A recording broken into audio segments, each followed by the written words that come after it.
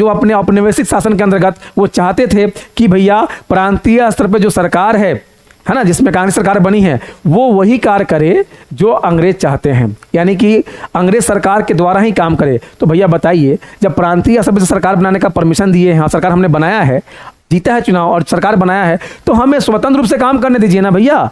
आप सोच रहे हैं कि हम राज्य स्तर पे, प्रांत स्तर पे सरकार बना दिए और हम जो चाहेंगे वही हो। जैसे वर्तमान में अगर केंद्र सरकार है ना, अगर वो सोचता है कि राज्य सरकार को अपने दबाव में हम चाहें काम कराए, तो ये पॉसिबल है नहीं, क्योंकि राज्य को भी स्वायत्ता दिया गया है।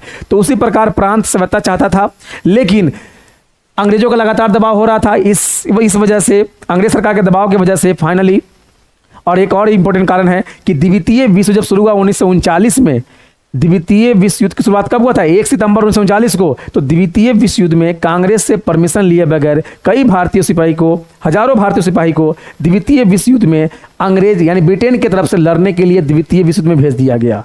अरे भैया, आप भारतीयों को भेज रहे हैं ब्रिटेन की ओर से लड़ने के लिए, ब्रिटिश यानी अंग्रेज भेज रहे हैं, तो उनको परमिशन तो लेना चाहिए ना, क्योंकि उस वक्त सबसे बड़ी पार्टी कांग्रेस थी, उसका 11 प्रांत में से 8 प्रांत में सरकार थी, एटलीस्ट उनसे तो परमिशन ले लेनी चाहिए थी, है कि नहीं? लेकिन उनसे परमिशन लिए बगैर ही भारतीय सिपाही को द्वितीय विश्व युद्ध में लड़ने के लिए भेज दिया। इससे भी नाराज थी, और इन सब को ध्यान में रखते हुए फाइनली कांग्रेस ने 22 दिसंबर 1939 को त्याग पत्र दे दिया।